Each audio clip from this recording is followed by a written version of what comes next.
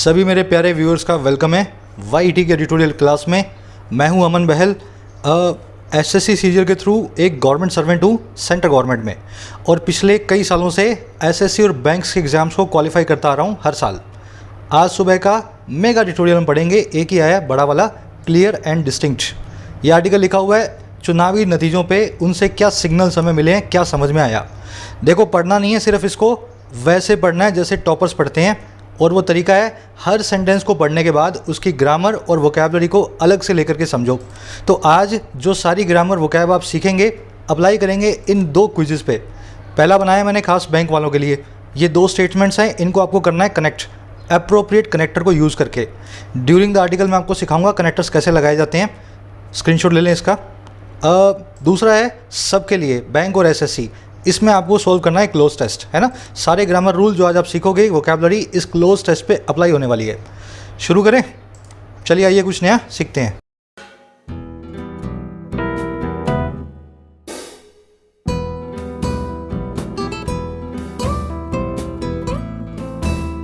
कह रहा है क्लियर एंड डिस्टिंक्ट। जो भी चीज़ अभी हम पढ़ने वाले हैं वो है बड़ी क्लियर, बड़ी साफ और बड़ी डिस्टिंक्ट भी है। डिस्टिंक्ट का मतलब होता है यूनिक, अपने आप में अनोखी, डिफरेंट हो, डिसिमिलर हो, दूसरों के जैसी ना हो। तो जो भी चीज़ हमें दिख रही है ना वो साफ भी है और अपने आप में अनोखी भी है। अब किसकी बात हो रही है? बात हो रही है वर्डिक्ट्स की असेंबली इलेक्शन में। असेंबली मतलब विधानसभा। विधानसभा चुनावों में जो वर्डिक्ट्स आए हैं, जो नतीजे आए हैं, बात हो रही है उनकी। तो नतीजे बिल्कुल साफ हैं और बड़े अनोखे हैं, पहली बार हमें देखने को मिले हैं। समझ गए? अब देखो वर्डिक्ट की सारे सिनोनिम्स, रूलिंग, डिसीजन, डिक्री और एडजुडिकेशन। सिनोनिम्स बार बार इसलिए बताता हूँ तुम्हें, आप नोट करो, और जहाँ आपको दिखे, इतनी बार आपका रिवीजन हो चुका हो सभी सिनोनिम्स का, देखते ही आप जो है सही क्वेश्चन को, सही आंसर को मार्क करें।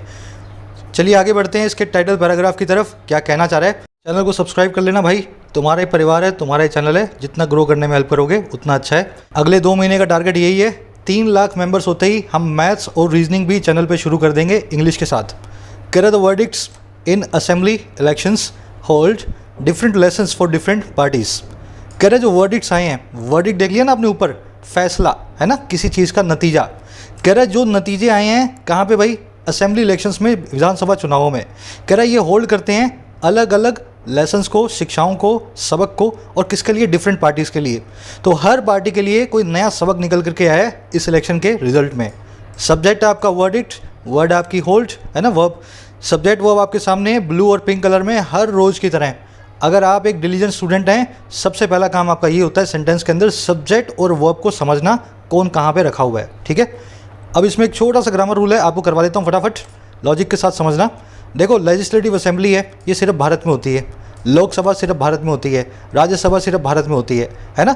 लेजिस्लेटिव असेंबली को हम बोलते हैं विधानसभा। तो ये सब हिंदी के नाम हैं, ये सब प्रॉपर नाउंस हैं, और ऐसे नाउंस हैं जो कि यूनिक है दुनिया भर में। ऐसे नाउंस के आगे हम द लगाते हैं। लेकिन पार्लियामेंट, जिसको संसद बोलते हैं, पार्लियामेंट, ये हर देश में होती है। पार्लियामेंट एक कॉमन नाउन है, अगर ये कॉमन नाउन है तो उसके आगे कभी द नहीं आता। समझ गए ना? तो हर विधानसभा, राज्यसभा, लोकसभा के आगे आप द लगाएं बिंदास, लेकिन पार्लियामेंट के आगे कभी द ना लगाएं, क्योंकि हर देश में होती है, ये इसी तरह की होती है। चलिए वक्त हो गया एक समरी का, आपको पता लगे किस बारे में लिखा हुआ है। 4 राज्यों और एक यूटी में हुए विधानसभा के चुनाव। राज्य कौन कौन से हैं? असम, बंगाल, तमिलनाडु और केरला, और यूटी है पौंडीचेरी। अब देखो, इन 5 जगह पे विधानसभा चुनावों के आए रिजल्ट्स।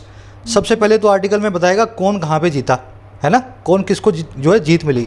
दूसरी चीज़ ये बताएगा कि कांग्रेस जो है गेम से बाहर हो चुकी है, क्षेत्रीय पार्टियों ने, रीजनल पार्टीज़ ने बीजेपी को बहुत टक्कर दी है। तीसरी चीज़ क्या बताएगा? तृणमूल कांग्रेस के सामने जो बीजेपी हारी है ना, वो तृणमूल कांग्रेस की जीत नहीं है। तृणमूल कांग्रेस जो जीती है ना, वो अपने दम पे नहीं जीती है, बल्कि लोगों की बीजेपी से चिढ़ के कारण जीती है। तो ये तृणमूल कांग्रेस, अगर इसने अपना प्रशासन नहीं सुधारा, करप्शन करती रही, तो अगली बार जो है इसका जीतना बंगाल में बड़ा मुश्किल हो जाएगा। समझ गए ना? तो ओवरऑल एक पॉलिटिकल कमेंट्री है, आज की टोन भी यही है, एनालाइजिंग, पूरी सिचुएशन को एनालाइज कर रहा है, विश्लेषण करके आपको बता रहा है क्या हुआ है। आर्टिकल को शुरू कर देते हैं।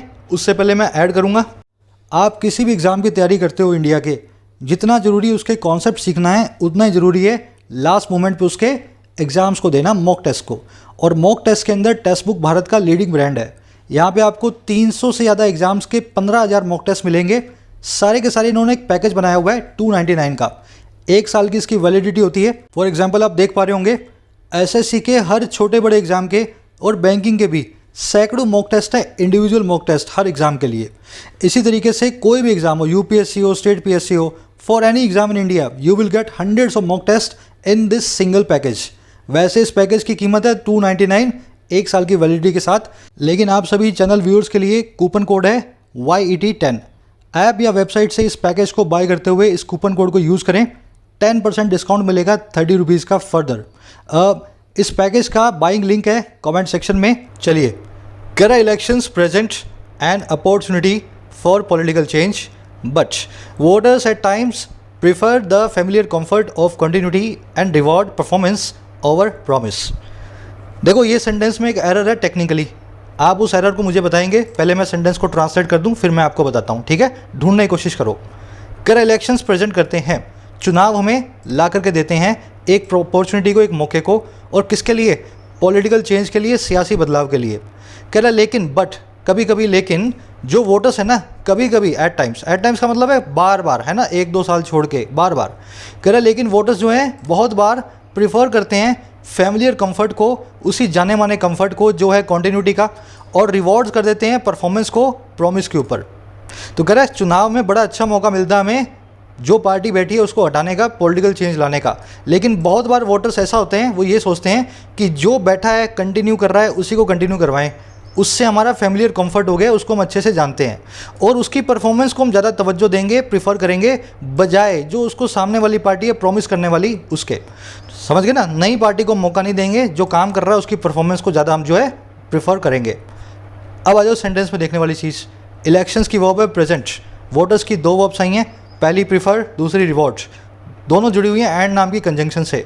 ये चीज़ पकड़ना बहुत ज़रूरी है, इसलिए इसको नज़रअंदाज ना करें, ठीक है? अब आ जाओ सेंटेंस में देखने वाला जो ग्रामर रूल है, जो टेक्निकली गलत हो गया है यहाँ पे। देखो, ये सारे वर्ड्स हैं, superior, inferior, junior, senior, anterior, posterior, prefer और प्रायर। इनके बाद में कंपैरिजन के लिए हमेशा लगेगा टू। किसके लिए लगेगा? कंपैरिजन के लिए। अगर कंपैरिजन हो ही नहीं रहा तब तो टू लगाने की ज़रूरत है ही नहीं। अब देखो, सुपीरियर, इन्फीरियर आप जानते हो, बेहतर का मतलब सुपीरियर, घटिया का मतलब इन्फीरियर। जूनियर, सीनियर बताने की ज़रूरत नहीं है। एंटीरियर होता है सामने का हिस्सा, गाड़ी का जो बोनट होता है ना, गाड़ी का जो इंजन होता है। पोस्टीरियर का मतलब होता है पीछे का हिस्सा, गाड़ी की डिक्की कहलाती है पोस्टीरियर। प्रीफर मतलब प्राथमिकता देना, प्रायर मतलब पहले वाला, प्रायर। अब इसको यूज़ करके दिखाता हूँ। I prefer studying than to over playing video games. मैं प्रीफर करता हूँ पढ़ाई करना बजाय वीडियो गेम्स खेलने के। देखो, प्रीफर के बाद में अगर कंपैरिजन करना है, बजाय की बात हो रही है, तो आंखें बंद करो और ओवर को लगाओ, सॉरी टू को लगाओ, ठीक है? कहीं कहीं आपको ओवर लगा हुआ मिलेगा प्रीफर के बाद, लेकिन वो स्टैंडर्ड नहीं है, स्टैंडर्ड टू लगाया जाता है, ठीक है? ओवर आपको कहीं कहीं लगा हुआ मिलेगा, है ना, ओवर, लेकिन वो स्टैंडर्ड नहीं है। आप स्टैंडर्ड यूज़ करेंगे एसएससी बैंक के हिसाब से टू को, ठीक है? अब देखो, प्रीफर में एक दिक्कत भी है। मान लो ऐसा हो, I prefer to study than to over to play जो है गेम्स, वीडियो गेम्स। यहाँ पे हम प्रीफर कर रहे हैं 2 इन्फिनेटिव्स को। पहला इन्फिनेटिव है स्टडी करना, स्टडिंग नाम का जीरेंड नहीं है, जीरेंड से जीरेंड को कंपेयर नहीं हो रहा, इन्फिनेटिव से इन्फिनेटिव को कंपेयर हो रहा है। तो टू स्टडी से टू प्ले को कंपेयर कर रहे हैं, टू यहाँ पे हिडन है, ठीक है? अब दिक्कत क्या है, अगर इस फॉर्मूला पे चलें तो बीच में टू आ जाएगा, बीच में क्या आ जाएगा? टू आ जाएगा। I prefer to study to play games, उल्टा सीधा बन गया। अगर आपको इन्फिनेटिव से इन्फिनेटिव कंपेयर करवाना है प्रीफर के साथ में, तो उसका एक ही तरीका है, याद रखना, रादर देन। समझ गए? इन्फिनेटिव से इन्फिनेटिव अगर कंपेयर करवाना हो प्रीफर से, तब टू का यूज़ ना इस्तेमाल करें, अब रादर देन का इस्तेमाल करें। अदरवाइज आप टू का बिंदास इस्तेमाल करके आएँ। इस केस में इसने ओवर का इस्तेमाल किया हुआ है, जो कि गलत है। प्रीफर परफॉर्मेंस टू प्रॉमिस, है ना, ऐसा होना चाहिए। बढ़े आगे। कह रहा है Assam, West Bengal and Kerala have voted for the incumbents while Tamil Nadu, Pondicherry have voted for change. तो इन तीनों स्टेट्स ने वोट किया है इनकम्बेंट्स के लिए। असम, बंगाल और केरला में जिनकी सरकार बनी हुई थी, वही इनकम्बेंट्स जो हैं उनको वोट मिला है। इनकम्बेंट मतलब जो अभी कुर्सी पे बैठा हो, हाल के अंदर सत्ता जो है लेकर के बैठा है। कह रहे जबकि तमिलनाडु और पौंडीचेरी में लोगों ने चेंज के लिए वोट किया, जिसकी सरकार बनी हुई थी, अब उसकी सरकार इस बार नहीं बनी है। समझ के? बदलाव आ गया वहाँ पे। अब इसमें देखने वाला वर्ड है इनकम्बेंट। ये 2 वर्ड होते हैं, एक नहीं है। इनकम्बेंट एडजेक्टिव भी है, इनकम्बेंट नाउन भी है, दोनों का मतलब ही अलग हो जाता है। अगर इनकम्बेंट एक एडजेक्टिव हो, इसके बाद में एक नाउन लगाओ, तो इसका मतलब होता है ज़रूरी। अगर इनकम्बेंट एक नाउन हो, इसके बाद में कोई नाउन दूसरा ना लगाओ, तो मतलब नाउन लगा भी हो सकता है, तो ये जो है वो बन जाएगा ना कंपाउंड नाउन। तो अगर इनकम्बेंट एक नाउन की तरह यूज़ हो, तो इसका मतलब होगा कुर्सी पे बैठा हुआ आदमी जो अभी सत्ता में बैठा है, चेयर होल्डर। समझ गए? अब देखो जब ये एडजेक्टिव होता है ना, जब इसका मतलब होता है नेसेसरी, जरूरी, तब इनकम्बेंट अपॉन ऐसे हम यूज़ करते हैं। It was incumbent upon the election commission of India to ban political rallies. ये इनकम्बेंट अपॉन था इलेक्शन कमीशन ऑफ इंडिया के लिए, ये जरूरी था इलेक्शन कमीशन ऑफ इंडिया के लिए कि वो बैन करे पॉलिटिकल रैली को। और किसके द्वारा? By the incumbent and challenger both, दोनों के ही द्वारा। जो इनकम्बेंट पार्टी है, जो इनकम्बेंट सीएम है उसके द्वारा भी, और जो उसको चैलेंज करने वाला है उसके द्वारा भी, ठीक है ना। तो दोनों की पॉलिटिकल रैलियों को जो है ये थोड़ा सा वो करे, मतलब बैन लगाए, ये इनकम्बेंट अपॉन था। तो इस तरीके से इनकम्बेंट नाम के वर्ड को यूज़ करें। ये पूरा जो है ना तैयार करके रेडीमेड मसाला दे रहा हूँ मैं, अपनी नोटबुक में नोट नहीं करोगे तो आपको कभी याद नहीं रहेगा, है ना। चलो आ जाओ। कह रहे there is no one theme that can explain how the voters responded to the myriad political choices before them. कह रहे एक कोई भी थीम नहीं है, एक कोई भी फॉर्मूला नहीं है जो एक्सप्लेन कर पाए कैसे वोटर्स ने रिस्पॉन्ड किया और किसके सामने? myriad पॉलिटिकल चॉइसेस के सामने, जो उनके बिफोर देम थी, उनके सामने थी। देखो myriad मतलब बहुत सारी, वेरियस, मल्टीपल। तो इस बार बहुत सारी चॉइसेस थी इनके पास, बीजेपी को वोट दे दो, लेफ्ट को दे दो, टीएमसी को दे दो, है ना, कांग्रेस को दे दो। तो कह रहा कोई एक फॉर्मूला हमें नहीं बता सकता कैसे और क्या सोच करके लोगों ने किस पार्टी को वोट दिया है। समझ गए? इज की वर्ब है, नो वन थीम। देयर कभी भी सब्जेक्ट नहीं बन सकता, इंट्रोडक्टरी सब्जेक्ट होता है, एडवर्ब होता है इसका पार्ट ऑफ स्पीच। तो सब्जेक्ट जो होता है वो वर्ब के बाद रखा होता है देयर से शुरू होने वाले सेंटेंसेस में। दैट की वर्ब है, कैन एक्सप्लेन। थीम के लिए रिलेटिव प्रोनाउन आया है। वोटर्स की वर्ब है रिस्पॉन्ड। रिस्पॉन्ड जिसको करते हैं टू लगा के बताएं हमेशा, रिस्पॉन्डेड टू। myriad का मीनिंग मैंने आपको बता दिया, एक एडजेक्टिव है। अब मेरा आपसे एक सवाल है। सवाल ये है मेरे भाई, तुमने आज तक स्कूल में पढ़ा होगा हाउ, जब भी हाउ लगेगा सेंटेंस के अंदर इन्वर्जन हो जाएगा। जब भी हाउ लगेगा सेंटेंस में इन्वर्जन हो जाएगा। अगर ऐसा है तो इस सेंटेंस में इन्वर्जन क्यों नहीं हुआ? कॉन्सेप्ट मैंने बहुत बार करवाया है, एक एक को याद होना चाहिए, कमेंट्स में अपडेट करना। हाउ लगने के बावजूद सेंटेंस में इन्वर्जन क्यों नहीं हुआ? हेल्पिंग वर्ब सब्जेक्ट से पहले क्यों नहीं आई? देखते हैं कितने लोगों को मालूम है। करे parties with strong and visible leadership might have the same appeal as leaders that show empathy for their daily struggles। कह रहे अब ये फॉर्मूला बता रहा है कैसा फॉर्मूला हो सकता है। कह रहे जो पार्टियां हैं ना स्ट्रॉन्ग और विजिबल लीडरशिप के साथ, बीजेपी जैसी पार्टियां, टीएमसी जैसी पार्टियां जिनकी लीडरशिप बड़ी स्ट्रॉन्ग है, कह रहा वो रख सकती हैं माइट हैव, हो सकता है वो हैव करें उसी प्रकार की अपील को, उसी प्रकार के आकर्षण को, जैसा कि वो वाले लीडर्स जो दिखाते हैं एम्पैथी को लोगों के लिए, सिंपैथी को लोगों की डेली स्ट्रगल्स के लिए, रोज़मर्रा की जो लोग जो है जंग लड़ते हैं। तो आजकल ऐसा नहीं है, अगर आपकी लीडरशिप स्ट्रॉन्ग है तो आपको उतने ही वोट मिलेंगे जितने कि उस लीडर को जो कि पब्लिक से जुड़ा हुआ होता है, लोगों की स्ट्रगल के बारे में जानता है ना। ऐसा हमें लग रहा है देख करके। अब आ जाओ सेंटेंस में देखने वाली चीज़ें। दैट की वर्ब है शो, पार्टीज की वर्ब है माइट हैव। एम्पैथी नाम के वर्ड को समझे, ये बना है पैथ नाम के रूट वर्ड से। पैथ का मतलब होता है फीलिंग, किसी के लिए जो है असंवेदनशीलता, इसी से बनता है एम्पैथी। एम्पैथी का मतलब होता है सामने वाले के दुख दर्द को समझना, लेकिन उसको बेचारा ना समझना, है ना। दुख दर्द तो समझोगे लेकिन बेचारा नहीं समझोगे। सिंपैथी में क्या होता है, दुख दर्द भी समझते हो, साथ में सामने वाला आपको मजबूर और बेचारा भी लगता है। इन दोनों में यही फ़र्क है। एपैथी का मतलब होता है, अपैथी में आप सामने वाले की फीलिंग को समझने से नज़रअंदाज कर देते हो। आप बोलते हो मुझे कोई फ़र्क नहीं पड़ता तुम जी रहे हो या मर रहे हो, है ना। तो तीनों वर्ड्स को आप समझें। यहाँ पे कूल सा ग्रामर कॉन्सेप्ट करेंगे। आपने आज तक पढ़ा है दैट आता है सिंगुलर के लिए, दोज आता है प्लूरल के लिए, है ना। ऐसा ही होता है ना। दैट या those house is my house, वो वाला घर मेरा घर है। माई हाउस को मैं माइन भी लिख सकता हूँ, है ना। आपने मेरे साथ ग्रामर सीरीज़ में इतना सीखा है, दोनों बातें एक ही हैं, तो मैंने ब्रैकेट में डाल दिया है। अब देखो हाउस तो एक ही है, घर तो एक ही है। अगर घर एक है तो मैं यहाँ पे चूज़ करूँगा दैट को, सिंगुलर है ना, तो सिंगुलर घर के लिए दैट आएगा। लेकिन अगर ऐसा बोलूँ दैट या those books are my books, वो वाली किताबें मेरी किताबें हैं, इस केस में मुझे दोज को चूज़ करना पड़ेगा, क्योंकि अब एक नहीं कई सारी किताबें हैं। इतना आप जानते होंगे। अच्छा, आप ये वाला कॉन्सेप्ट भी जानते होंगे, valuation of the company A is more than the company B. Company A की वैल्यूएशन कंपनी बी से ज़्यादा है, कंपनी ए की कीमत कंपनी बी से ज़्यादा है। देखो कंपनी बी से ज़्यादा है हिंदी में तो ठीक है, लेकिन इंग्लिश में गलत हो गया। कंपनी ए की कीमत कंपनी बी की जो है कीमत से ज़्यादा है, वैल्यूएशन से ज़्यादा है। कंपनी बी से ज़्यादा नहीं है, कंपनी बी की वैल्यूएशन से ज़्यादा है। तो मुझे क्या बोलना चाहिए, is more than the valuation of the company be, ऐसा मुझे बोलना चाहिए। अब देखो वैल्यूएशन वर्ड दो बार आ रहा है, वैल्यूएशन वर्ड दो बार आ रहा है, तो मैं क्या करूँगा, दूसरी बार लिख दूंगा इसको दैट। दूसरी बार क्या लिख दूंगा, दैट। तो then that of the company be, ऐसे ही सेंटेंस बनेगा। अच्छा, ये वाला सेंटेंस देखो, books for MBA are costlier than engineering. MBA की किताबें इंजीनियरिंग से ज़्यादा कॉस्टली होती हैं, ज़्यादा महंगी होती हैं। देखो MBA किताबें इंजीनियरिंग की किताबों से महंगी होती हैं, इंजीनियरिंग से महंगी नहीं होती, समझ गए ना। तो मुझे देन के बाद में लिखना चाहिए than the books of engineering, समझ गए मेरी बात को। अब ध्यान से देखो, बुक्स 2 बार आ रहा है तो मुझे यहाँ पे इस बुक्स को रिप्लेस करना पड़ेगा, लेकिन अब ये प्लूरल है तो मुझे प्लूरल प्रोनाउन से रिप्लेस करना है, तो मैं लगाऊंगा यहाँ पे दोज। ऊपर दैट लगाया ना, वैल्यूएशन के लिए सिंगुलर लगा दिया दैट, बुक्स के लिए प्लूरल लगा दिया दोज। देखो इतना मामला तो अभी तक सेट होना चाहिए तुम्हारा, दैट सिंगुलर के लिए, दोज प्लूरल के लिए। अब देखो ये रूल कहाँ फेल होगा। Meera bought the book that he needed, यहाँ पे शी कर देना।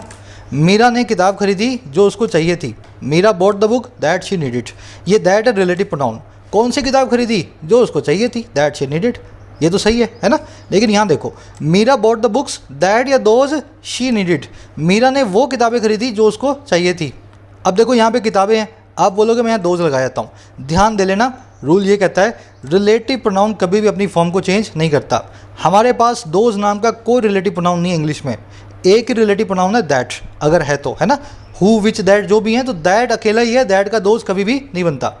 अब अगर एंटीसीडेंट बुक्स भी है, तब भी ये फॉर्मूला नहीं लगेगा, रिलेटिव प्रोनाउन को आप दैट ही लिख के आएंगे, प्लूरल हो चाहे सिंगुलर हो, चाहे मीरा खरीदे चाहे मनीष खरीदे, जेंडर नंबर कोई चेंज नहीं करेगा कभी भी रिलेटिव प्रोनाउन को, समझ गए ना। कूल रूल है, इसको ध्यान से समझें, लोगों को कन्फ्यूजन बहुत रहती है इसमें, है ना। चलो आ जाओ आगे। कह रहा while Hindutva nationalism won Assam for the BJP in waste Bengal, Tamil Nadu and Kerala its limits became apparent. कह रहे जहाँ पे हिंदुत्व नेशनलिज्म जो है वो जीत गया असम में बीजेपी के लिए, हिंदुत्व नेशनलिज्म के नाम पे ही असम में बीजेपी जीती, जहाँ ऐसा हुआ। बंगाल, तमिलनाडु और केरला में इसकी लिमिट्स जो थी, इसकी सीमाएं जो थी, सबके सामने जाहिर हो गई, क्लियर हो गई। हिंदुत्व नेशनलिज्म सब जगह नहीं जीत सकता, इसकी सीमाएं हमें अब पता लग गई हैं। अपरेंट का मतलब होता है clear, articulate, evident. Hindutva nationalism का मतलब क्या है, अपने देश से और हिंदुइज्म से इतना प्यार करना कि इसकी बुराइयों को भी नज़रअंदाज करना। प्यार करना अच्छी बात है, अंधा प्यार करना बुरी बात है, इसी को हिंदुत्व नेशनलिज्म बोलते हैं, एक नेगेटिव टर्म को की तरह इसको यूज़ करते हैं, है ना। अपरेंट होता है, बता दिया मैंने आपको। चलिए आगे बढ़ेंगे। कह in fact MK Stalin in Tamil Nadu, Pinarayi Vijayan in Kerala, both known critics of the PM Narendra Modi offered an ideological alternative to the politics of the BJP, although it was not a direct contender for power directly in either state। कह रहे Stalin जो कि है तमिलनाडु में और पिनराई विजयन जो कि है केरला में, दोनों ही जो है स्टेट्स के CM हुआ करते थे, अब फिर से CM बनेंगे। कह रहा इन दोनों ने ना वास्तव में इनफैक्ट जो कि दोनों ही क्रिटिक्स भी हैं, आलोचक भी हैं नरेंद्र मोदी जी के, प्रधानमंत्री साहब के। कह रहे इन दोनों लोगों ने ऑफर किया, और किसको, एक आइडियोलॉजिकल ऑल्टरनेटिव को। देखिए आइडियोलॉजी मतलब विचारधारा, आइडियोलॉजिकल मतलब जो विचारधारा से संबंधित हो, है ना। ऑल्टरनेटिव का मतलब होता है विकल्प। तो इन दोनों ने एक वैचारिक विकल्प को ला करके दिया, ऑल्टरनेटिव को, चॉइस को ला करके दिया, और किसके सामने, पॉलिटिक्स के सामने, बीजेपी की, है ना। कह रहा है हालांकि ये जो बीजेपी थी ये कोई डायरेक्ट कंटेंडर नहीं थी, सीधी दावेदार नहीं थी पावर के लिए डायरेक्टली किसी भी स्टेट में, दोनों में से, समझ गए बात को। तो इन दोनों ने ही जो है बीजेपी के सामने एक नई विचारधारा को लेकर के आए, जो कि बीजेपी को कड़ी टक्कर देती है। लेकिन इस स्टेट में बीजेपी का कोई टक्कर था ही नहीं, बीजेपी वास्तव में कोई सीरियस कंटेंडर थी नहीं। अब आ जाओ सेंटेंस पे देखने वाली चीज़ें। सब्जेक्ट वर्ब आपके सामने, इन दोनों की जो सब्जेक्ट है इनकी वर्ब है ऑफर्ड, इट की वर्ब है वॉज। आइडियोलॉजिकल मतलब जो आइडियोलॉजी से रिलेटेड हो।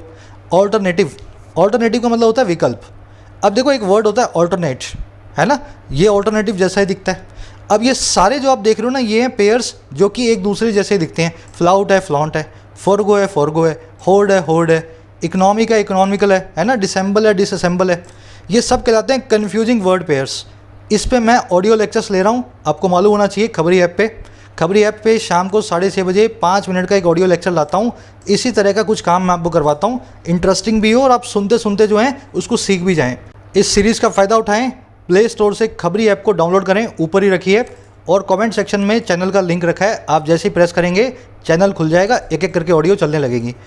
ऑल्टरनेटिव का मतलब होता है विकल्प, और ऑल्टरनेट का मतलब होता है एक एक छोड़ के। जैसे वो सोमवार को काम पे जाती है, फिर मंगलवार को नहीं जाती, बुधवार को जाती है, फिर गुरुवार को नहीं जाती, एक एक छोड़ के उसको बोलते हैं ऑल्टरनेट। और ऑल्टरनेटिव मतलब चॉइस या विकल्प। तो ये सब सीख लेना, 100 पार्ट्स की सीरीज़ है, आज से शुरू कर दो, 4 पार्ट हो चुके हैं। आगे बढ़ते हैं। अब ये ऑल्दो वाला देख लेना। ऑल्दो का मतलब होता है हालांकि, इसको इंग्लिश में कनेक्टर्स की तरह यूज़ करते हैं, और ये तभी यूज़ होगा जब आपको हालांकि का मीनिंग चाहिए होगा। मैं उसकी मदद नहीं करूँगा हालांकि वो मेरी बहन है। मैं आज ऑफिस नहीं जाऊँगा हालांकि ऑफिस भी आज बंद है। मैं आज पढ़ाई नहीं करूँगा हालांकि मेरा एग्ज़ाम कल ही है। समझ गए मेरी बात को? दो चीज़ों में जब कॉन्ट्रास्ट हो तब ऑल्दो को यूज़ करना है, कनेक्टर्स में काम आएगा। बस सिर्फ ये देख लेना दोनों स्टेटमेंट्स बिल्कुल उल्टी बातें करती हैं, ऐसा नहीं करेंगे, लेकिन हालांकि ऐसा है फिर भी हम ऐसा नहीं करेंगे, है ना। ऑल्दो कह रहे in contrast the Congress efforts to arrest its slide and gather its wits did not yield much. कह रहे इसका बिल्कुल उल्टा कॉन्ट्रास्ट में जो कांग्रेस है उसके जो एफर्ट्स हैं, जो कांग्रेस है उसके जो कोशिशें हैं अरेस्ट करने की, पकड़ने की इसकी ढलान को, स्लाइड को, और करने की गैदर इट्स की विट्स। गैदर विट्स का मतलब है सब चीज़ों में उलझन के अंदर आराम से बैठ करके सोचना, है ना, कैसे आगे बढ़ा जाए, कैसे क्लियरली जो है स्ट्रेटजी बनाई जाए। कह रहे इसका बिल्कुल उल्टा जो कांग्रेस है उसका कोई भी एफर्ट काम नहीं आया, कुछ भी उसने यील्ड नहीं किया, कुछ भी उसने फ़ायदा नहीं पहुंचाया। ना तो कांग्रेस ठीक से सोच पाई, ना अपनी जो है ढलान को रोक पाई। समझ गए? अब इसमें देखने वाले वर्ड्स आ जाओ। यील्ड का मतलब है देना, किसी चीज़ का फ़ायदा पहुंचाना, है ना, यील्ड। स्लाइड होता है मतलब फिसलन, आपकी ढलान। अरेस्ट का मतलब होता है किसी को पकड़ना, किसी चीज़ को रोकना। गैदर योर विट्स एक इडियम है। देखो विट्स होती है आपकी बुद्धिमानी। जब आप गैदर योर विट्स करते हैं ना तो आप पता क्या करते हैं, आप पजल्ड होते हैं और अचानक से आप एक जगह बैठ जाते हैं, शांत होकर के क्लियरली सोचने की कोशिश करते हैं, सारी अपनी बुद्धिमानी को एक साथ गैदर कर रहे हैं, मुश्किल उलझन से निकलने की कोशिश कर रहे हैं। कांग्रेस इस बार ये काम नहीं कर पाई। अब देखो इसके बिल्कुल उल्टे हैं, एट विट्स या विट्स एंड। इसका मतलब होता है पजल्ड होना। आपकी बुद्धिमानी के अंत पे पहुंच गए हैं आप, अब आपकी बुद्धिमानी काम नहीं आ रही है, आप कुछ समझ नहीं पा रहे हैं, आप विट्स एंड हैं, बिल्कुल पजल्ड हैं। और दूसरा ऑल एट सी, इसका मतलब भी होता है पजल्ड होना। जैसे समंदर के बीच में आपको छोड़ दिया जाए, चारों तरफ पानी हो, आपको समझ नहीं आएगा किस तरफ जाना है, कौन सी नॉर्थ है कौन सी साउथ है ना। वहाँ से इस इडियम को कनेक्ट करें। बढ़े आगे। कह रहा the results have exposed more chinks in its armours while regional parties offered robust resistance to the BJP. कह रहे इन रिजल्ट्स ने एक्सपोज किया है, इन रिजल्ट्स ने दिखाया है कांग्रेस की कमियों को, चिंक्स को इसके आर्मर में। ये इडियम मैं समझा दूंगा अभी। कह रहे जबकि जो रीजनल पार्टियां हैं, क्षेत्रीय पार्टियां हैं, छोटी मोटी पार्टियां हैं, उन्होंने ऑफर किया है मजबूत रेजिस्टेंस को, अपोजिशन को बीजेपी के खिलाफ। तो देखो टीएमसी ऐसी पार्टी जो क्षेत्रीय पार्टी है, बंगाल के बाहर कहीं आपको दिखेगी नहीं, उसने तो बीजेपी को हरा दिया, और कांग्रेस जैसी पार्टी है हर जगह बीजेपी से धूल खा रही है ना। अब देखो इसमें देखने वाले वर्ड्स, रेजिस्टेंस मतलब अपोजिशन, रोबस्ट मतलब मजबूत, फर्म, स्ट्रॉन्ग, स्ट्रिंजेंट, जो आप बोलना चाहें, है ना, रोबस्ट के लिए। अब देखो चिंक इन द आर्मर क्या होता है। आर्मर मतलब आपकी बुलेट प्रूफ जैकेट, चिंक का मतलब है दरार। अगर किसी चीज़ में छोटी सी क्रैक आई हुई है तो कोई बड़ी बात नहीं है। घर में भी हम जो है अगर कप में छोटी सी क्रैक आ जाए, कप टूटे नहीं तो हम उसको यूज़ कर लेते हैं। लेकिन अगर आपकी बुलेट प्रूफ वेस्ट में ही चिंक है तो इसका मतलब पता क्या है तो वो माइनर सी लेकिन बहुत ही जानलेवा कमी। समझ गए ना। कांग्रेस की एक छोटी सी कमी है, इसको वोट नहीं पड़ रहे, लेकिन ये अपने आप में जानलेवा कमी है। अगर वोट ही नहीं पड़े तो पार्टी का है की। समझ गए ना। चिंक इन द आर्मर यही होता है, छोटी सी लेकिन जानलेवा कमी, चिंक इन द आर्मर। बढ़े आगे। करें in waste Bengal Mamata Banerjee mobilized Bengali sub-nationalism that stopped the rampaging march of Hindutva at the borders, at least for now. कह रहा बंगाल में क्या हुआ, ममता बनर्जी ने मोबिलाइज कर दिया, काम पे लगा दिया बंगाली सब नेशनलिज्म को। देखिए नेशनलिज्म मतलब देश से प्यार अंधाधुंध, और सब नेशनलिज्म का मतलब है देश का छोटा हिस्सा, एक किसी राज्य से प्यार अंधाधुंध। मैं बंगाली, तू मराठी, मैं राजस्थानी, है ना। तो बंगाल में ममता बनर्जी ने इसी को काम पे लगाया, बंगाल के लिए प्यार को, अंधाधुंध प्यार को, और जो कि स्टॉप कर गया बीजेपी की मार्च को, बीजेपी की परेड को, और जो थी रैम्पेजिंग, बहुत ही क्रेजी, बहुत ही वाइल्ड। और कहाँ पे रोक दिया, ये मार्च थी हिंदुत्व की, इसके बॉर्डर्स पे। बंगाल के अंदर बीजेपी को घुसने नहीं दिया इसने, एटलीस्ट फॉर नाउ, कम से कम अभी के लिए, अगले 5 साल का हमें नहीं पता। समझ गया। तो ममता बनर्जी ऐसे जीती, बंगाली के नाम पे जीती है, बंगाल प्यारा है हमें, हम बंगाली हैं, जय बांग्ला, ऐसा करके वो इस बार जीती हैं। मोबिलाइज करना, किसी को काम पे लगाना, इसका एक सिनोनिम है डिप्लॉय, है ना, किसी चीज़ का इस्तेमाल में लेना, जैसे उसको लिया जाना चाहिए। सब नेशनलिज्म आपको समझा दिया, एक छोटी सी स्टेट के लिए नेशनलिज्म। मार्च मतलब एक जो है रैली बोल दो, पैरेड बोल दो, इसका एक अच्छा सिनोनिम है कैवलकेड, है ना, मार्च के लिए, रैली के लिए। रैम्पेजिंग मतलब जो रैम्पेज कर रही हो, एकदम वाइल्ड हो, क्रेजी हो, एकदम जो है पागलों जैसी हो। कह रहा this was the first serious bid of the BJP for power in Bengal. कह रहा ये पहली सीरियस बिड थी, ये पहला सीरियस क्लेम था बीजेपी का पावर के लिए बंगाल में। आज तक बीजेपी ने किसी भी पार्टी को, बंगाली पार्टी को, कभी बंगाल में टक्कर नहीं दी, पहली बार ऐसा हुआ है प्राइम मिनिस्टर मोदी की जो है लीडरशिप में। कह रहा though it fell far short of the boast, the BJP's rise is remarkable from 3 seats in 16 to 81 now. कह रहा हालांकि ये गिर गया बहुत ही पीछे, it fell far short of. देखिए शॉर्ट ऑफ मतलब पीछे, किसी चीज़ तक आप पहुंच नहीं पाए, और फार मतलब दूर। तो कह रहा है हालांकि बीजेपी गिर गई बहुत दूर इसके बॉस से। बॉस का मतलब होता है डींगे, बड़ी बड़ी बातें, मैं तो ऐसा मैं तो वैसा, है ना। प्राइडफुल टॉक को बोलते हैं, ह्यूब्रिस को बोलते हैं, बॉल्डरडिश को बोलते हैं बोस्ट। कह रहा है हालांकि अपनी डींगों से बहुत पीछे रह गई बीजेपी, पर फिर भी इसका जो राइज है, इसका जो चढ़ाव है वो बड़ा रिमार्केबल है, नोटिसेबल है। अब कैसा है चढ़ाव इसका? 2016 में मिली थी 3 सीटें, इस बार मिली 81। समझ गए ना। तो भले ही बड़ी बड़ी बातें की हैं, वो पूरी नहीं कर पाई, लेकिन जितना ऊपर चढ़ी है ना, अपने आप में नज़रअंदाज करने लायक नहीं है बीजेपी को। बोस्ट नाम का वर्ड नोट कर लेना, डिंगो को बोलते हैं, प्राइडफुल टॉक बोल दो, है ना। कर with the left and Congress nearly obliterated, the BJP is now a force to reckon with in the state. कर विद के साथ ही, और किसके? लेफ्ट और कांग्रेस के लगभग ऑब्लिटरेट होने के साथ ही। ऑब्लिटरेट होने का मतलब होता है सुपड़ा साफ हो जाना, वाइप आउट हो जाना, डिस्ट्रॉयड हो जाना, एक्सटर्मिनेटेड हो जाना, है ना। तो कह रहा है कांग्रेस और लेफ्ट का, कम्युनिस्ट का जो है टोटली जो है इनका गेम खत्म होने के साथ ही अब बीजेपी जो है ना वो एक फोर्स टू रेकॉन विद है स्टेट के अंदर। अब देखो फोर्स टू रेकॉन विद मैं रटाऊंगा नहीं, समझ लो रेकॉन विद नाम की फ्रेजल वर्ब को। रेकॉन विद का मतलब होता है जिसको अकाउंट में लेना पड़े, ऐसी चीज़ जिसको कंसीडर करना पड़े, जिसको तुम नज़रअंदाज नहीं कर सकते हो, है ना। किसी चीज़ को अपने जो कंसीडरेशन में लेना। अगर कोई एक फोर्स है ना जो रेकन विद करने वाली है, तो वो एक ऐसा स्ट्रॉन्ग एनिमी है जिसको तुम इग्नोर नहीं कर सकते। ऐसा नहीं बोल सकते ये तो कुछ भी नहीं है, ये एक ऐसा एनिमी है, a force to reckon with है। समझ गए ना। ऐसे इस इडियम को आप याद रखें इस फ्रेजल वर्ब के साथ, रेकन विद के साथ। चलिए आगे बढ़े। कह रहा but what got it so far many may not necessarily take it any further. कह रहा लेकिन जो चीज़ इसको इतना आगे लाई है, बीजेपी को हिंदुत्व नेशनलिज्म जो कि इतना आगे लाया है, वो हो सकता है, ज़रूरी नहीं है कि इसको और आगे लेकर के जाए। 3 से 83, 86, 81 हो गई हैं, लेकिन इसका मतलब ये नहीं है इससे आगे और ये जाएगी ही। अब देखो कैसे, क्यों। कह रहा in fact the popular reaction against the BJP's crude communism and deployment its workers from other states was so intense that the people left aside all their complaints against the incumbent TMC Trinamool Congress government. कह रहा इस बार बिल्कुल उल्टा हुआ है BJP के साथ बंगाल में। कह रहा वास्तव में इनफैक्ट जो पॉपुलर रिएक्शन आया लोगों का, जो वहाँ की पॉपुलेशन है उसका जो रिएक्शन आया बीजेपी के क्रूड कम्युनिज्म के खिलाफ। देखो क्रूड का मतलब होता है एकदम साफ, प्योर हो, वल्गर हो, अनडिफाइंड हो, सबके सामने खुले में दिख रहा हो। तो बीजेपी ने खुले में जो कम्युनिज्म इस बार किया है, हिंदू मुस्लिम किया है, कह रहा उसके लिए जो रिएक्शन आया ना, और किसके लिए? डिप्लॉयमेंट के लिए इसके वर्कर्स की, पकड़ पकड़ के काम पे लगाने के लिए इसके वर्कर्स को दूसरी स्टेट से। तू बीजेपी वाला है यूपी का, तू भी आ जा, तू महाराष्ट्र वाला है, तू भी आ जा, है ना। तो कह रहा है इसके लिए जो रिएक्शन आया ना लोगों का, वो इतना इंटेंस था इस बार, इतना बड़ा था वो, कि लोगों ने साइड में रख दिया, लेफ्ट साइड कर दिया सारी अपनी शिकायतों को इनकम्बेंट तृणमूल कांग्रेस की सरकार के खिलाफ, सत्ता में बैठी टीएमसी की ममता बनर्जी के खिलाफ। समझ गए। लोग इतने खफा हो गए कि तुम बाहर से पकड़ पकड़ के लोगों को ला रहे हो, नेताओं को हमें रिझाने के लिए, और हिंदू मुस्लिम किए जा रहे हो, हमें तो तुम्हें वोट डालना ही नहीं है। इस तरह से पॉपुलर रिएक्शन आया है। समझ गए। देखने वाली चीज़ें आप समझ गए होंगे। इनकम्बेंट क्या होता है? लेफ्ट साइड होता है, साइड में छोड़ देना। रिएक्शन कम्युनलिज्म होता है, हिंदू मुस्लिम सिख ईसाई आपस में लड़ाई वड़ाई करवा देना इनकी। क्रूड होता है एकदम साफ साफ, सबको दिखे। चलिए आगे बढ़ते हैं। कह रहे the BJP strategy for West Bengal has been costly in terms of public health, institutional credibility, social harmony and even bilateral ties with a friendly neighbouring country Bangladesh. कह रहा है इस बार बीजेपी ने गलत काम क्या किया। कह रहा बीजेपी की जो स्ट्रेटजी थी ना बंगाल के लिए, वो रही है ऐसी, हैज़ बिन। अच्छा कैसे रही है प्रेजेंट परफेक्ट टेंस में? वो रही है बड़ी ही कीमती, कॉस्टली। अच्छा किस रूप से, किस तरह से? इन टर्म्स ऑफ, इस रूप में।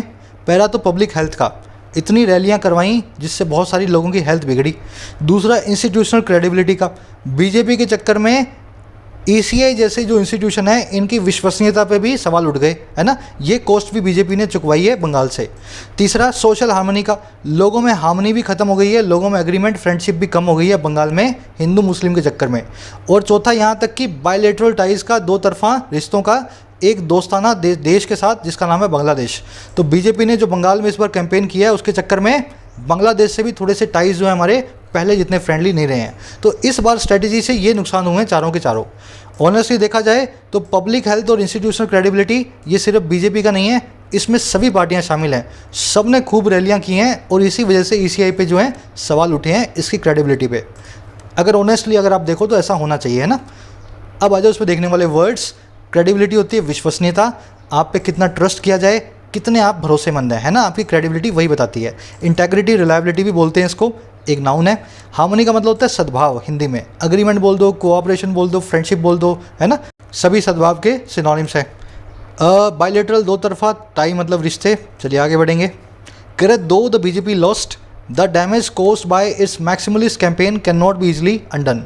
कह रहा हालांकि बीजेपी हार गई, हालांकि बीजेपी लूज़ कर गई, फिर भी जो डैमेज है जो कोज्ड बाय है, और किसके द्वारा, इसके मैक्सिमलिस्ट कैंपेन के द्वारा, इसके अंधाधुंध चुनावी अभियान के द्वारा, उसको आप इजीली अंडन नहीं कर सकते हो, उस डैमेज को रिवर्स नहीं कर सकते हो। जो नुकसान होना था वो देश को और बंगाल को हो चुका है, बीजेपी हार गई है उसके बावजूद। अब देखो मैक्सिमलिस्ट कैंपेन होता क्या है। मैक्सिमलिस्ट और मिनिमलिस्ट दो वर्ड्स हैं। मिनिमलिस्ट वो आदमी या वो चीज़ होती है जो बड़ी कंजर्वेटिव हो। भाई दिन में जीने के लिए 50 रुपये खर्चा करना अगर इस आदमी को ज़रूरी है ना, तो ये 50 रुपये ही खर्चा करेगा। रहने के लिए अगर इसको एक कमरा ज़रूरी है ना, तो ये ऐसा कमरा बनाएगा जिसमें दीवारों पे पेंट भी नहीं होगा। मिनिमलिस्ट आदमी है, मिनिमल काम करेगा, जितना ज़रूरी है, मॉडरेट तरह का आदमी होता है। मैक्सिमलिस्ट कौन होता है, अगर जीने के लिए दिन में 50 रुपये ज़रूरी हैं तो ये 50,000 खर्चा करने वाला आदमी है। एक्सट्रीम है ये, मैक्सिमल जाएगा, हर चीज़ की हदों को पार करेगा, अनकॉम्प्रोमाइजिंग है, ठीक है ना। 1 रुपये की जगह 1,000 रुपये खर्च करने वाला आदमी, 1 कदम की जगह 1,000 कदम चलने वाला आदमी, ठीक है। तो ये था बीजेपी का इस बार का कैंपेन, जो ज़रूरत नहीं थी उससे ज़्यादा ही आगे बढ़ गए, इस तरह का कैंपेन इन्होंने किया। चलो आगे बढ़ेंगे। करे the state is staring at an explosion in कोविड-19 infections and miss Banerjee has her task cut out entering into her third term as CM। कह रहे स्टेट जो है स्टेयर कर रहा है, स्टेट जो है आंखों में आंखें डाल करके देख रहा है एक एक्सप्लोजन में कोविड-19 इन्फेक्शंस के अंदर। इसको दिखाई दे रहा है कि 2-3 दिनों में इन्फेक्शन फटने ही वाले हैं, स्टेयर कर रहा है इस जो है सिचुएशन को। और जो बनर्जी मैडम है, इनके पास एक बड़ा मुश्किल काम आ गया है, हैज़ टास्क कट आउट। और काहे का ये काम है, एंटर करते हुए उसकी तीसरी टर्म में चीफ मिनिस्टर के तौर पे। तो जैसे ही ये एंटर कर रही हैं, जैसे ही ये चीफ मिनिस्टर बन रही हैं तीसरी दफ़ा, इनके सामने एक बड़ा चैलेंज भी खड़ा है। अब ये ईडियम मैं आपको समझा देता हूँ, has your task cut out. देखो इसकी कहानी बताऊंगा ईडियम वाली सीरीज़ के अंदर ही, कहानियों वाला किस्सा वहीं करेंगे, है ना, लंबा काम हो जाता है। Has your task cut out का मतलब ये होता है एक डिफ़िकल्ट टास्क अपने हाथ में होना, एक ज़रूरी काम और बड़ा मुश्किल काम आपके सामने खड़ा होना। कहानी है इसके पीछे पूरी दर्जी वाली, वो कहानी मैं आपको ईडियम एंड फ्रेजेस के पार्ट 3 में करवा दूंगा इस बार। इसका बिल्कुल उल्टा होता है to have a piece of cake. बहुत ही आसान सा काम आपके सामने होना, बिल्कुल ही ईजी सा, है ना, उल्टा होता है इसका। बढ़े आगे। एंटर इनटू की जगह पे एंटर ऑन भी आ सकता था, थर्ड टर्म को शुरू कर रही हैं तो एंटर ऑन भी लिख सकते थे। कर she must take serious note of the public resentment against her party rather than read this victory as public approval of his high handedness and corruption. अब ममता बनर्जी के लिए एक सलाह है, कह रहा उसको लेना ही चाहिए, मस्ट टेक। किसको लेना चाहिए भाई, सीरियस नोट लेना चाहिए, ध्यान देना चाहिए, सीरियसली नोट करना चाहिए पब्लिक की रिसेंटमेंट का, पब्लिक की नाराज़गी का अपनी पार्टी के खिलाफ, बजाय रीड करने की इस विक्ट्री को पब्लिक की अप्रूवल के तौर पे। और अप्रूवल किस चीज़ के लिए, इसकी हाई हैंडेडनेस के लिए, इसके अकड़ूपन के लिए और करप्शन के लिए, जो करप्शन ये वहाँ पे करती है। तो ममता बनर्जी को ये नहीं सोच लेना है कि मैं जीती हूँ तो लोग मेरे करप्शन और मेरे अकड़ूपने को सपोर्ट कर रहे हैं, सिर्फ इसलिए तुम जीती हो क्योंकि बीजेपी को लोगों ने बंगाल में नकारा है ना, उसको जो है नज़रअंदाज किया, इसलिए तुम जीती हो। तो तुम्हें सीरियस नोट लेना है तुम्हारे खिलाफ जो पब्लिक नाराज़गी लेकर के मनों में बैठी है, समझ गए। रिसेंटमेंट मतलब नाराज़गी, इसके लिए एक अच्छा सिनोनिम है रैनकॉर, बहुत बार आया एग्जाम में, नोट करें। कड़वाहट को नाराज़गी को बोलते हैं रैनकॉर। हाई हैंडेडनेस मतलब होता है आपका अकड़ूपना, इसके लिए अच्छे अच्छे वर्ड्स हैं वैनिटी, ह्यूब्रिस, एरोगेंस और प्राइडफुल बिहेवियर, है ना। ये लास्ट वाले, ये बीच वाले दोनों याद कर लेना, ह्यूब्रिस और वैनिटी, आपका अकड़ूपना कहलाता है ह्यूब्रिस और वैनिटी। बढ़ेंगे आगे। कह रहा the style and substance of the Trinamool's policies and governance must change for the better. कह रहे जो स्टाइल है और जो आत्मा है, इसेंस है, जो सोल है, और किसके भाई, तृणमूल की पॉलिटिक्स की, जो सार है तृणमूल की पॉलिटिक्स का और स्टाइल है ना, और गवर्नेंस का, वहाँ के प्रशासन का, उसको चेंज होना के लिए होना ही चाहिए, मस्ट चेंज। और किसके लिए, द बेटर के लिए, बेहतरी के लिए। तो उनको स्टाइल भी चेंज करना है और अपनी जो पॉलिटिक्स है उसका जो है उद्देश्य है, उसका जो ऑब्जेक्टिव है उसको भी चेंज करना है। करप्शन के लिए पॉलिटिक्स उनको नहीं करनी चाहिए वहाँ पे, कहने का मतलब ये। Current Assam, the BJP reaped the benefits of its government's proactive measures to provide relief to people badly impacted by the lockdown last year and a slew of welfare schemes। अब बता रहा असम में क्या हुआ। असम में बीजेपी ने reap किया, फसल काटी, रीप करना मतलब फसल काटना। बीजेपी ने फसल काटी, हार्वेस्ट किया उन बेनिफिट्स की, उन फ़ायदों की जो थे इसके सरकार के प्रोएक्टिव मेजर्स के, जो थे इसके सरकार के पहले से लिए हुए कदम के। मेजर मतलब कदम, प्रोएक्टिव मतलब किसी नुकसान को होने से पहले ही कदम उठा लेना, प्रोएक्टिवली, पहले से ही। अच्छा, कदम काहे के थे? प्रोवाइड करने के थे राहत को लोगों को। और कौन से लोग?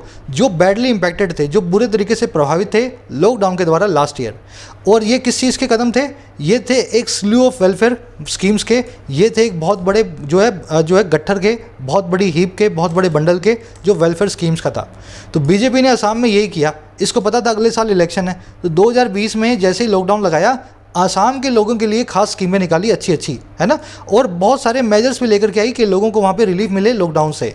इस वजह से 1 साल बाद लोगों ने बीजेपी को वोट किया और इन्हीं बेनिफिट्स की फसल को बीजेपी ने इस बार रीप किया है, जो है काटा है। समझ गए ना कैसे पूरी कहानी बना रहा हूँ? वर्ड्स देख लेना। रीप करने का मतलब होता है फसल काटना, डिराइव करना, किसी चीज़ को ऑब्टेन करना, गार्नर करना, इकट्ठा करना। स्लू का मतलब होता है एक कलेक्शन, एक बंडल, एक लॉट, चीज़ों की एक ढेरी, है ना, स्लू। कह रहा while the Congress AIUDF partnership failed to live up to its promise, the BJP inflamed communal passions by suggesting that AIUDF leader Badruddin Ajmal could become chief minister if the alliance won. Sentence में error है, error आप ढूंढ के बताएंगे। Technically देखा जाए तो sentence SSC के हिसाब से गलत है ना। आप ढूंढो, फिर मैं बताता हूँ। कह रहा जहाँ पे कांग्रेस और इसकी जो पार्टनरशिप थी दोनों की फेल हो गई, नाकामयाब रही लिव अप टू करने में, पूरा करने में अपने वादे को, अपने प्रॉमिस को। वहीं पे जो बीजेपी है उसने कर दिया इन्फ्लेम, उसने भड़का दिया, हवा दे दी कम्युनल पैशंस को। कम्युनल आप समझते हैं ना, जो कम्युनिटी के अंदर जो है लड़ाई वड़ाई करवाए, ऐसे पैशंस को उसने हवा दी। और ऐसा सजेस्ट करके, ऐसा इशारा करके कि ये जो AIUDF है ना, इसका लीडर जो है बदरुद्दीन अजमल, ये बन सकता है चीफ मिनिस्टर अगर अलायंस जीत गया, अगर अलायंस जो है आगे जो है इसको जो जीत मिली। तो बीजेपी ने यही बोला, हमें वोट मत दो, लेकिन कांग्रेस और इनको दे दिया ना, तो ये जो मुस्लिम है ये बनने वाला है तुम्हारा लीडर, अगर इसको लीडर बनाना है तो इसको वोट देना। तो ऐसे पैशंस को इसने भड़काया बीजेपी ने। समझ गए? अब आ जाओ देखने वाली चीज़ें। पार्टनरशिप की वर्ब है फेल्ड, बीजेपी की वर्ब है इन्फ्लेम्ड। इन्फ्लेम का मतलब है, फ्लेम मतलब लपटें, इन्फ्लेम मतलब किसी चीज़ को लपटों में डालना, किसी चीज़ में आग लगाना, प्रोवोक करना, इंसाइट करना, फैन करना, है ना। आग को भड़काने को कहते हैं इन्फ्लेम। अब पहले ये देख लेते हैं लिव अप टू क्या होता है। देखो, लिव से बनने वाली 3 फ्रेजल वर्ब्स हैं। पहली है लिव बाय, दूसरी है लिव ऑन, तीसरी है live up to. Live by का मतलब होता है आपका कोई प्रिंसिपल, आपका कोई मॉरल, आपका कोई संकल्प, आपका कोई बिलीफ, उसको हमेशा फॉलो करना, उससे डगमगाना नहीं, लिव बाय। लिव ऑन का मतलब होता है गुजारा करना, 1 रोटी पे गुजारा कर लूँगा, 500 रुपये पे गुजारा कर लूँगा, इस तनख्वाह में गुजारा कर लूँगा, है ना, लिव ऑन कर लूँगा। लिव अप टू का होता है खरा उतरना, जो वादा और जो भरोसा आप पे है, जो एक्सपेक्टेशन है उस पर आप खरे उतरे, है ना, live up to. Priya lived on by up to a low salary. Priya गुजारा करती है एक छोटी सी तनख्वाह पे। समझ गए ना, गुजारा करने की बात हो रही है, लो सैलरी है, तो क्या करूँगा, लिव्स या lived on a low salary. Priya lived on by up to her morals and values. Priya strictly follow करती है, कभी भी नहीं डगमगाती है अपनी मॉरल्स और वैल्यूज़ से। तो यहाँ पे क्या लगाऊंगा, सिंपल है ना, लिव बाय, लिव्स बाय या lived by. When she finally cracked the exam she lived on by up to her promise made to her father. जब प्रिया ने या उसने फाइनली क्रैक कर दिया एग्ज़ाम को, पास कर दिया एग्ज़ाम को, तो उसने खरा उतरा अपने उस प्रॉमिस पे जो उसने अपने पापा को किया था। अब प्रॉमिस पूरा कर रहे हो तो लिव अप टू। ठीक है, नोट कर लेना भाई, शक्तिमान नहीं हो तुम, सब भूल जाओगे। मेरे को तो याद है अच्छे से, है ना, मैं तो लिख लेता हूँ, तुम्हें याद करना है, नोट कर लेना इसको या स्क्रीनशॉट ले लो इसका। चलो आ जाओ आगे। गलती क्या है? अच्छा, गलती तुम ही बता दो। गलती है इसमें कंडीशनल की ढंग से यूज़ नहीं किया हुआ। अगर ये SSC का क्वेश्चन होता तो यहाँ पे कंडीशनल को ठीक से यूज़ करना आपको पड़ता। अब कैसे यूज़ होगा ये तुम मुझे बता देना कमेंट्स में। चलो देख लेते हैं कितनों को मालूम है। कह रहा एज द पार्टीज की strategist in victory FM Hemant Biswa Sharma will likely make a claim for the top post. The BJP will have an internal power tussle to handle.